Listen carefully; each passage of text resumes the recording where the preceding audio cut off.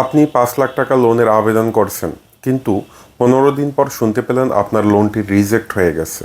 তারপর আপনি কি করবেন? অনেক প্রবাসী ভাইরা আছেন, ব্যবসায়িক ভাইরা আছেন, এই ধরনের সমস্যায় পড়ে থাকেন যে লোনের আবেদন করার পর লোনটি রিজেক্ট হয়ে যায়।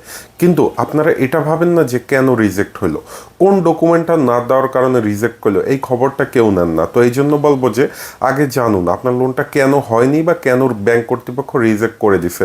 প্রয়োজনে যেখানে আবেদন করা হয়েছে বা যে ব্যাংকে, তাদের কাছে তথ্যটা জিজ্ঞেস করুন যে ভাই কোন কারণে আমার লোনটি হলো না বা রিজেক্ট হয়ে গেল।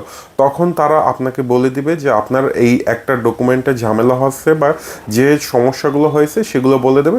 সেগুলো শুধরিয়ে আপনি যদি নতুন করে আবার লোনের আবেদন করেন, আপনি সেকেন্ড টাইম আশা করি পেয়ে যাবেন। তো একবার যদি আপনি ফিরে আসেন বা রিজেক্ট হন, সেকেন্ড টাইম চেষ্টা করেন, পাবেন। কারণ আপনারা অনেকেই দেখা যায় একবার রিজেক্ট হওয়ার পর আর কেউ ব্যাংকে যোগাযোগ করেন না।